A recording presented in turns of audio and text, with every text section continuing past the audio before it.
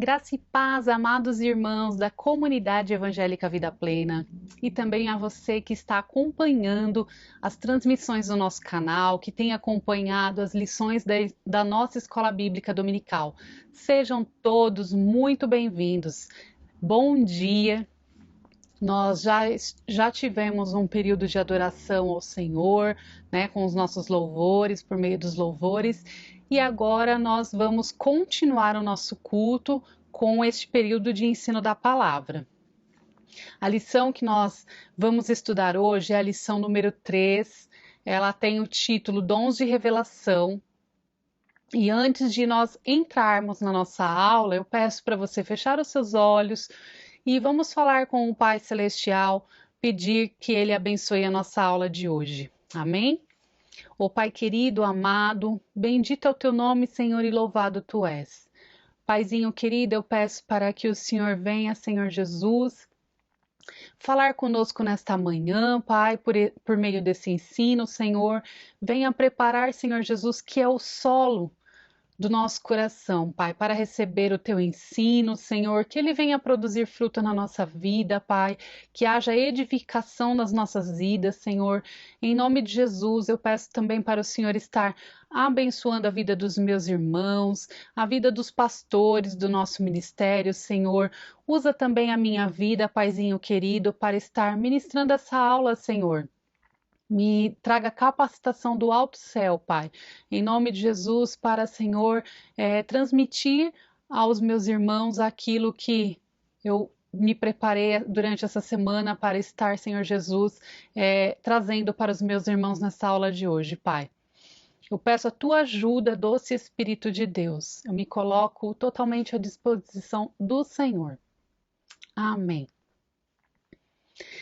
Meus irmãos, então, o textuário da nossa lição está em 1 Coríntios, no capítulo 14, versículo 26. Eu peço para você pegar a sua Bíblia, para você estar acompanhando aí de casa, tá bem? Vou ler aqui. A versão que eu estou lendo é a versão NVI. Portanto, que diremos, irmãos? Quando vocês se reúnem, cada um de vocês tem um salmo, ou uma palavra de instrução, uma revelação, uma palavra em língua ou uma interpretação. Tudo seja feito para a edificação da igreja. Então, nesse texto, Paulo ele descreve, né, que nós podemos fazer o que nós podemos fazer quando estivermos juntos, reunidos num culto, né? Por exemplo, ele diz que um tem um salmo, né? Então quer dizer que um pode cantar, o outro tem uma palavra de instrução, um, né, pode estar ensinando, né? E quando ele se refere à revelação, ele não está falando de um dom específico, mas ele está dizendo sobre um conjunto de dons que podem ser utilizados durante os nossos cultos. E a verdade prática da nossa aula de hoje, segundo a revista que estamos estudando nesse trimestre, diz assim: os dons de revelação divina são indispensáveis à igreja da atualidade, pois vivemos em um tempo marcado pelo engano. A nossa leitura bíblica, ela está em 1 Coríntios, no capítulo 12, versículos 8 e 10, Atos 6, do 8 ao 10, Daniel 2, do 19 ao 22, tá bom? Eu vou iniciar então em 1 Coríntios 12, versículo 8. Pelo Espírito, a um é dada a palavra de sabedoria, a outro a palavra de conhecimento. Pelo mesmo Espírito, a outro poder para operar milagres, a outro profecia, a outro discernimento de espíritos, a outro variedade de línguas e ainda a outro interpretação de línguas. Aqui a lista dos dons, né, apresentada aqui por Paulo em 1 Coríntios 12, ela não diz especificamente o dom de revelação, mas ela apresenta 3 dons que têm características de revelação, que são esses 3 dons que nós vamos estudar nessa aula de hoje, tá bom? Que é o dom de sabedoria, dom de conhecimento e dom de discernimento de espírito. E então, dando continuidade na nossa leitura, tá bom? Atos 6. Versículos 8. Estevão, homem cheio da graça e do poder de Deus, realizava grandes maravilhas e sinais entre o povo. Contudo, levantou-se oposição dos membros da chamada Sinagoga dos Libertos, dos judeus de Cirene e de Alexandria, bem como das províncias da Cilícia e da Ásia. Esses homens começaram a discutir com Estevão, mas não podiam resistir à sabedoria e ao espírito com que ele falava. Daniel 2, versículos 19. Então, o mistério foi revelado a Daniel de noite, numa visão. Daniel louvou o Deus dos céus e disse: Louvado seja o nome de Deus para todo sempre. A sabedoria e o poder a ele pertencem. Ele muda as épocas e as estações, destrona reis e os estabelece.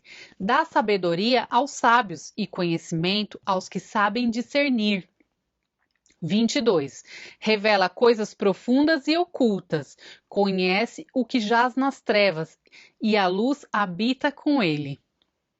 Então, olha, eu trouxe aqui esse quadro que vocês estão vendo e nesse quadro vemos que tem 9 dons, né, que são os dons que estão listados lá em 1 Coríntios 12, que acabamos também de ler. E esses dons, eles estão divididos por 3 classes. A primeira classe é os dons de revelação. A segunda classe são os dons de poder. E a terceira classe são os dons de fala ou vocais.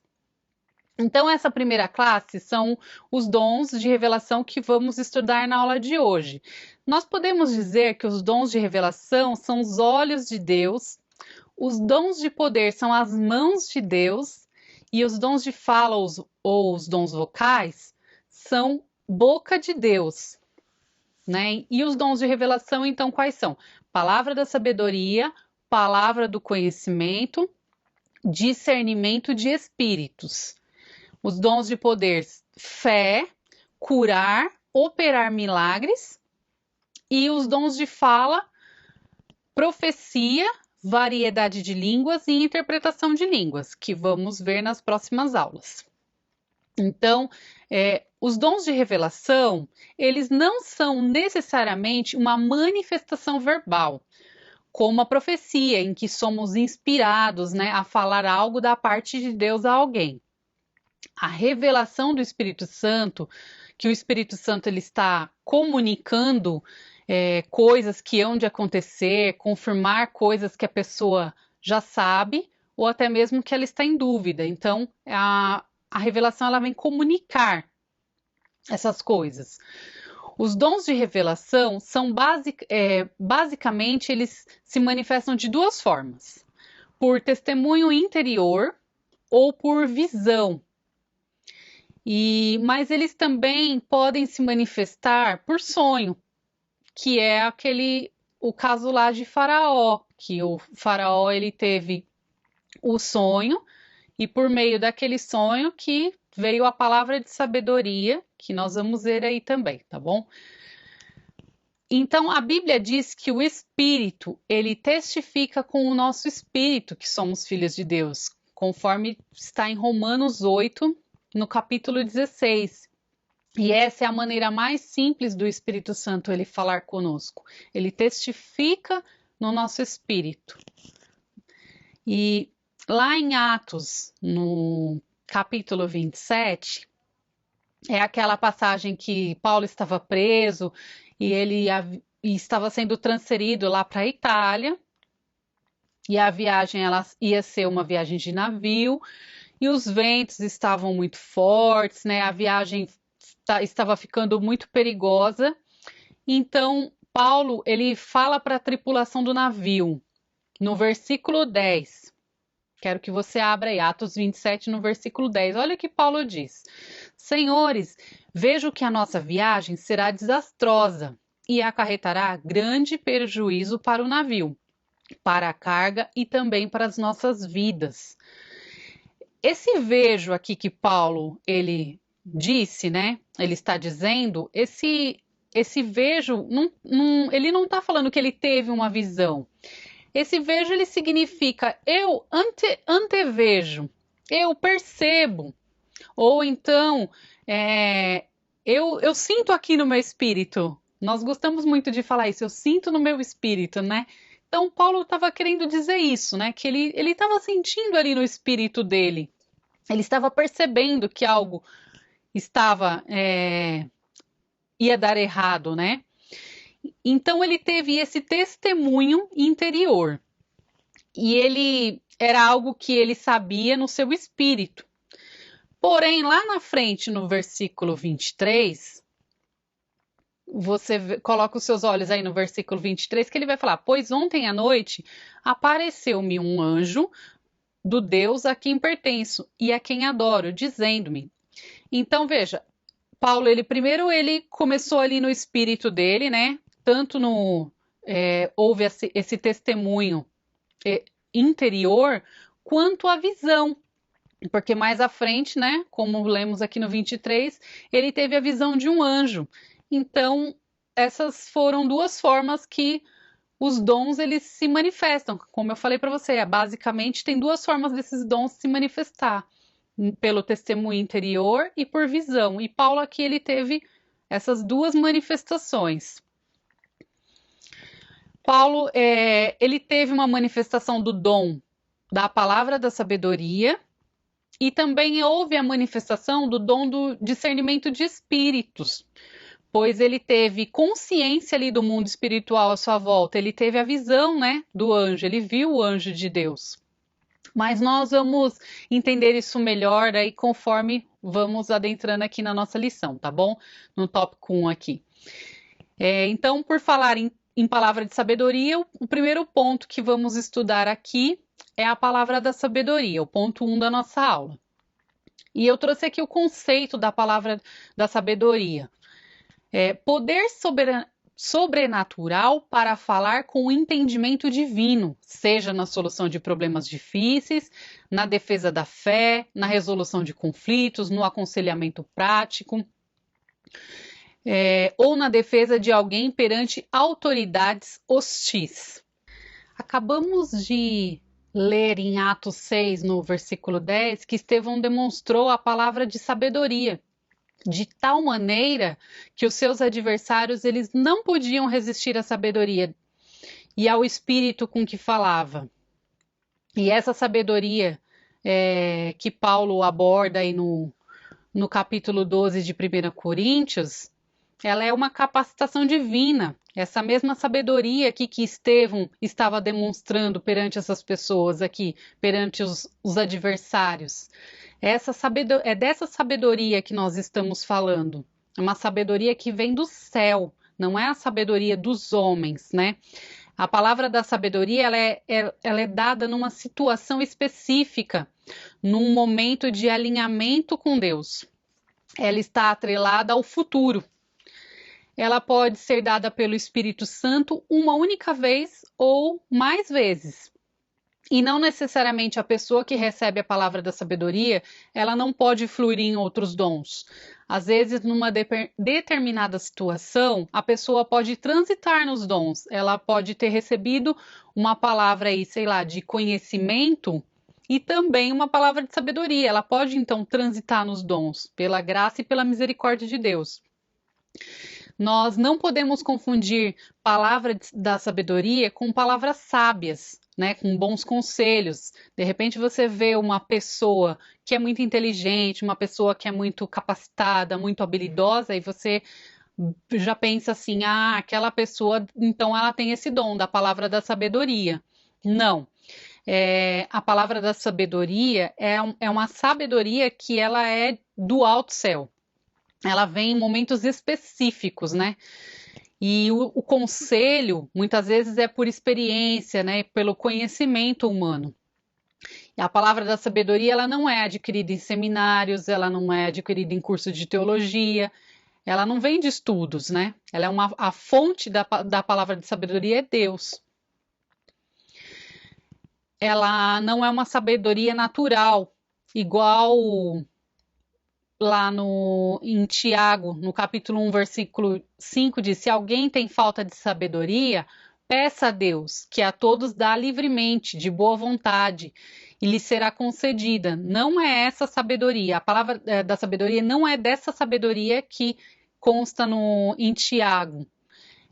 Ou então a mesma sabedoria que o rei Salomão tinha, porque a palavra diz que o rei Salomão ele pediu sabedoria, mas não é essa sabedoria também que é a natural. Não é dessa sabedoria que quer dizer a palavra da sabedoria, tá bom? No Antigo Testamento, nós temos o exemplo de José, que teve a revelação e a interpretação dos sonhos de Faraó. E isso está lá no livro de Gênesis, no capítulo 41. Quando José ele foi chamado para interpretar o sonho do Faraó, ele disse para Faraó que o sonho dele era profético, que tratava-se de algo que ainda iria acontecer, né? E José ele não só explicou o significado do sonho, mas ele também deu um conselho para Faraó. Aí ele quis dizer assim, ó, já que você entende que virão 7 anos de abundância na terra do Egito e depois 7 anos de fome, então será necessário que você administre toda a colheita dos anos bons que virão, para que quando chegar o tempo da fome, a terra não pereça. Então veja que José ele teve essa palavra da sabedoria, ele discerniu ali o sonho, né? Ele teve a revelação do sonho de Faraó. E aí, essa revelação, ela veio seguida de um conselho. E a palavra da sabedoria, muitas vezes, ela vai vir seguida, né? Ela vem seguida de um conselho, de uma orientação de Deus. Então, José, ele teve essa palavra, pois ele não apenas interpretou os sonhos de Faraó, mas ele trouxe conselhos, ele trouxe orientação para que houvesse esse planejamento no período, né, que viria, esse período de escassez. Outro exemplo, também no Antigo Testamento de Palavra da Sabedoria, está em primeiro livro de Reis, no capítulo 3, versículo 16 até o 28.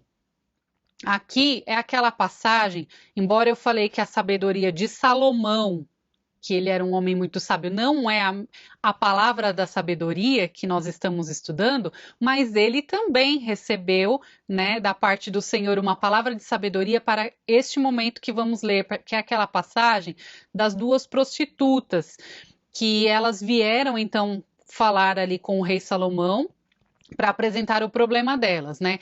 As duas elas haviam engravidado no mesmo período, na mesma época, e daí uma deu à luz 3 dias antes da outra. Então, depois de 3 dias, elas moravam juntas, né, na mesma casa e não morava mais ninguém ali com elas. Então, à noite, quando elas estavam dormindo, uma delas, ela se deitou e ela acabou se deitando sobre o bebê. E aí o bebê morreu. Ela acabou matando o bebezinho. E o que ela fez? Ela foi até a colega lá, né? E pegou o bebê da colega e trocou. Ela deixou o bebezinho morto com a colega e pegou o vivo para ela. E aí, depois, durante a madrugada, quando a outra acordou, ela percebeu que o neném estava morto. E quando amanheceu o dia, ela percebeu que aquele neném não era o dela, aquele bebezinho não era o dela. E aí ela falou: Você pegou o meu filho, né? Você pegou o meu bebê. E aí a outra falava: Não, ele é meu, esse que é o seu, o morto é o seu, o vivo é meu. Então essa discussão acabou foi parar diante do rei e elas levaram esse problema. E aí o que o rei ia fazer? Uma falava que era a mãe do bebê, a outra dizia que era a mãe também. E aí o que o rei ia fazer? Então ele teve uma palavra da sabedoria nesse momento. E aí ele pede para. Ele falou assim: então pega a minha espada, vamos partir o bebê no meio. Uma parte fica para uma e outra parte fica para outra. E aí assim tá resolvido. Cada uma vai ter um pedacinho do neném. Só que a mãe verdadeira, quando ouviu isso, falou: não, deixa ele vivo, pode dar para ela então. E aí a outra, que não era a mãe legítima, falou assim: não, é verdade, pode partir ele então ao meio, né? Nem para uma nem para outra. Ele tem que ser dividido, então vai ficar uma parte para cada uma. E ali foi então desvendado o mistério de quem era a mãe legítima, porque é óbvio que a mãe legítima ela não ia querer ver o bebê morto. Então, e aquela então que falou que podia entregar foi a que recebeu o bebê, e ali foi uma palavra da sabedoria, né, que veio, foi uma direção num momento específico ali, que veio aquela direção de Deus na resolução daquele conflito, né? Também temos exemplo da palavra da sabedoria no Novo Testamento, o próprio Senhor Jesus. No capítulo 21, versículos 18 e 19, Jesus disse assim, ó: digo-lhe a verdade, quando você era mais jovem, vestia-se e ia para onde queria. Mas quando for velho, aqui Jesus está falando com Pedro, tá? Estenderá as mãos e outra pessoa o vestirá e o levará para onde você não deseja ir. Jesus, ele disse isso para indicar o tipo de morte com o qual Pedro iria glorificar a Deus. E então lhe disse: siga-me. Então veja que Jesus ele teve uma palavra de sabedoria acerca ali de Pedro, né? Inclusive da morte de Pedro, né? Foi então de uma situação futura.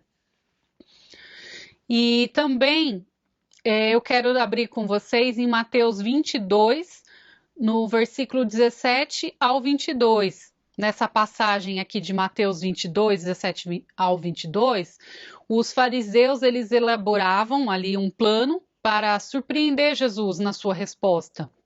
E eles enviaram discípulos para fazerem perguntas para Jesus. E aí os discípulos chegaram ali, né, diante do Senhor, né, e falaram assim: dize-nos, pois, qual é a sua opinião? É certo pagar imposto a César ou não? Aí Jesus, percebendo a má intenção deles, perguntou: hipócritas, por que vocês estão me pondo à prova? Mostrem-me a moeda usada para pagar o imposto. Eles lhe mostraram um denário e ele lhes perguntou: de quem é essa imagem e esta inscrição na moeda? Aí eles responderam: de César.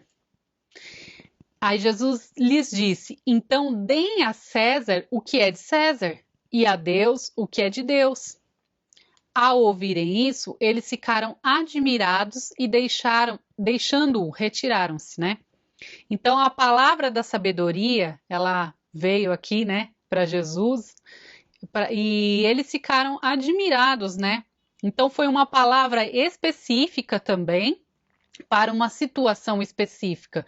Foi uma orientação que ele recebeu ali do Pai Celestial, né? De Deus. Jesus recebeu aquela orientação e logo ele já agiu bem rapidamente, né? Na verdade, quando ele fez a primeira pergunta, ele já sabia qual seria a resposta ali. E o ponto 3 aqui, né? Da nossa lição aqui, desse ponto 1 de 3, é uma liderança sábia. A palavra de sabedoria, ela é de grande valor na tarefa do aconselhamento pessoal e em situações que demandam uma orientação no exercício do ministério. Ela é uma capacitação do Espírito Santo na vida da igreja para orientação e conselho aos crentes sobre as dificuldades cuja solução está fora do seu alcance no dia a dia da igreja. Agora o ponto 2 da nossa lição. Agora vamos falar da palavra de conhecimento, ou aqui na nossa revista fala a palavra da ciência. Palavra de conhecimento é a revelação de algum fato que está na mente de Deus. É o conhecimento de fatos ou circunstâncias. A palavra de conhecimento ela está atrelada ao passado e o presente. Ela não é um talento natural da mente. Ela não é feita pela vontade, né, humana. Ela é espontânea e vinda do Espírito Santo. A palavra de conhecimento pode não fazer sentido, né, para quem está falando. Então, para quem está falando, para quem está liberando a palavra de conhecimento, de repente não vai fazer sentido nenhum. mas ela vai fazer todo sentido para quem está recebendo. Ela não tem a ver com você que está entregando, ela tem a ver com o outro. Ela é para edificação da vida do irmão. Ela traz revelação, muitas vezes, do interior de uma pessoa, de alguém. E só Deus que tem esse poder de revelar o interior de uma pessoa, os seus pensamentos, os seus sentimentos. Por isso que ela é divina. O Espírito Santo, ele está revelando aquilo que só a pessoa e o Pai Celestial sabe. Sabe aquelas coisas que muitas vezes você está orando, né? Você tem conversado com o Senhor, você não compartilhou isso com ninguém. E aí Deus usa a vida de um irmão para estar falando com você. Isso é a palavra de conhecimento.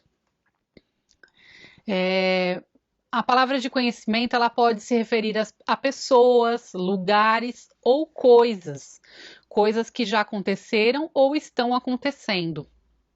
Um exemplo no Novo Testamento é da passagem da mulher samaritana, lá de João, capítulo 4, versículos 16 ao 19, quando aquela mulher ela está ali diante de Jesus e ela fala assim para o Senhor: Senhor, dê-me dessa água, para que eu não tenha mais sede, nem precise voltar aqui para tirar a água. E Jesus fala assim para ela: vá, chame o seu marido e volte. E ela responde: eu não tenho marido. E Jesus fala para ela: você falou corretamente dizendo que não tem marido. Aí a mulher, né, ela fica assustada ali, ela fala: vejo que é profeta. Ele estava falando coisas que, como ele iria saber que o marido atual dela não era realmente, de fato, né, o seu marido? Então a palavra que Jesus trouxe para essa mulher, ela é uma palavra de conhecimento. E ainda Jesus trouxe direção para a vida dela. Né? Houve mudança na vida dela, porque depois que ela teve essa experiência ali com Jesus, ela sai anunciando ali para o pessoal da cidade, e veja que por intermédio dessa experiência que ela teve com Jesus, uma cidade inteira foi alcançada. Olha a importância desse dom no alcance de pessoas. Então nós precisamos almejar isso, querer isso. Senhor, usa a minha vida. Eu quero ser usada nesse dom. Eu quero ter esse dom. Né? Pede para o Senhor, para o propósito de edificar a vida do irmão, de alcançar pessoas, ganhar vidas para Jesus. As pessoas ficam impactadas quando elas veem essa manifestação do poder de Deus. E outro exemplo é a passagem lá de Ananias e Safira, que está em Atos 5, no versículo 1 ao 4, né? Um homem chamado Ananias, juntamente com Safira, sua mulher, também vendeu uma propriedade. Ele reteve parte do dinheiro para si, sabendo disso também sua mulher e o restante levou e colocou aos pés dos apóstolos.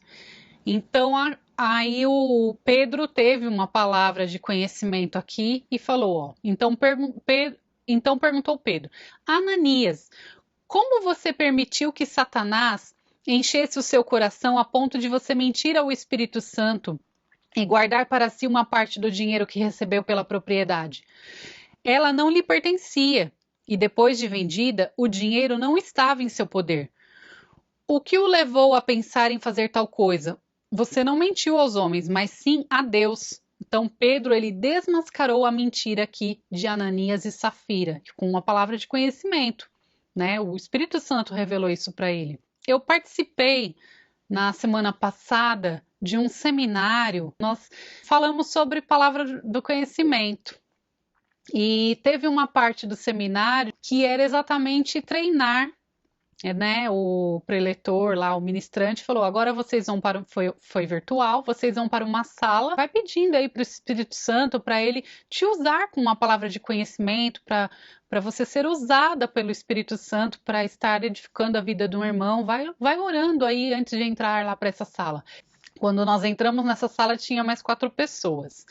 E aí ficou todo mundo mudo por 10 minutos. Todo mundo com o áudio fechado ali, ninguém falava nada. E aí, faltando 3 minutos para acabar o tempo ali, aí o Senhor, né, o Espírito Santo trouxe uma palavra e veio a palavra assim na minha mente, vergonha.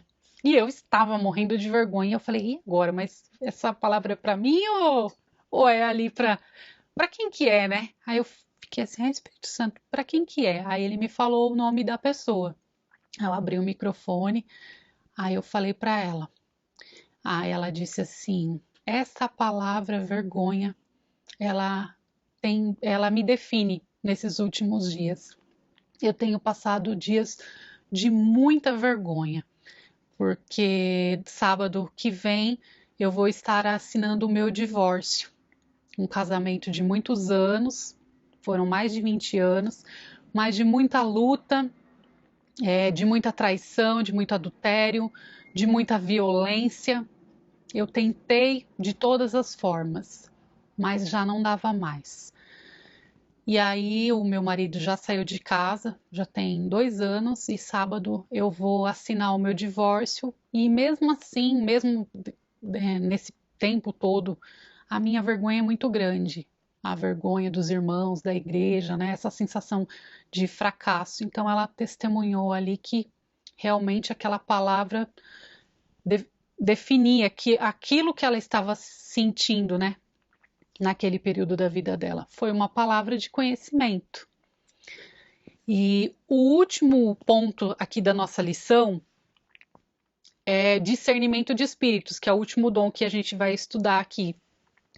Que o dom de discernir os espíritos é uma capacidade sobrenatural dada por Deus ao crente para discernir a origem e a natureza das manifestações espirituais.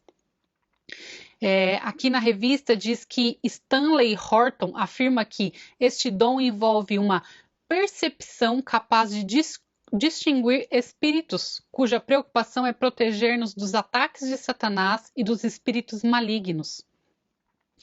Lá no Antigo Testamento,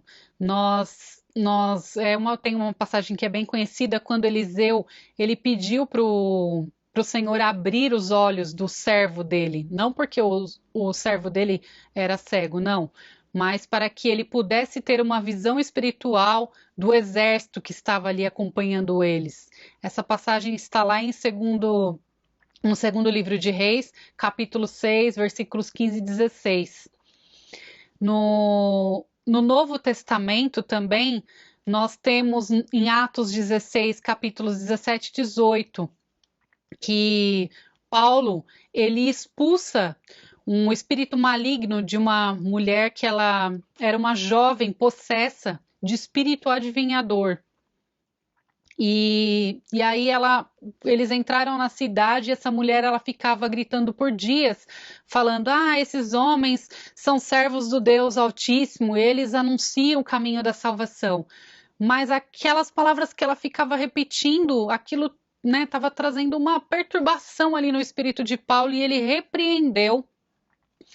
E ele falou: em nome de Jesus, eu lhe ordeno que saia dela.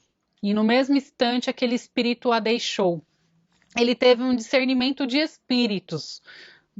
A fonte dessas manifestações espirituais, ao longo das escrituras nós podemos destacar 3 origens dessas manifestações espirituais, que é Deus, o homem e o diabo. Uma profecia, ela pode ser fruto de uma ordem divina, de uma inspiração divina, ou também da mente humana. Ela pode ser fruto de uma inspiração maligna. Agora, como saber, que essas manifestações são do Espírito Santo ou elas são malignas? A palavra de Deus, ela nos ensina que os espíritos eles devem ser provados. Lá em 1 João, no capítulo 4, versículo 1, ele fala: amados, não creiam em qualquer espírito, mas examinem os espíritos para ver se eles procedem de Deus, porque muitos falsos profetas têm saído pelo mundo. Então, toda palavra que nós ouvimos em nome de Deus deve passar pelo crivo das Escrituras Sagradas, pois o Senhor Jesus, ele nos advertiu sobre os falsos profetas.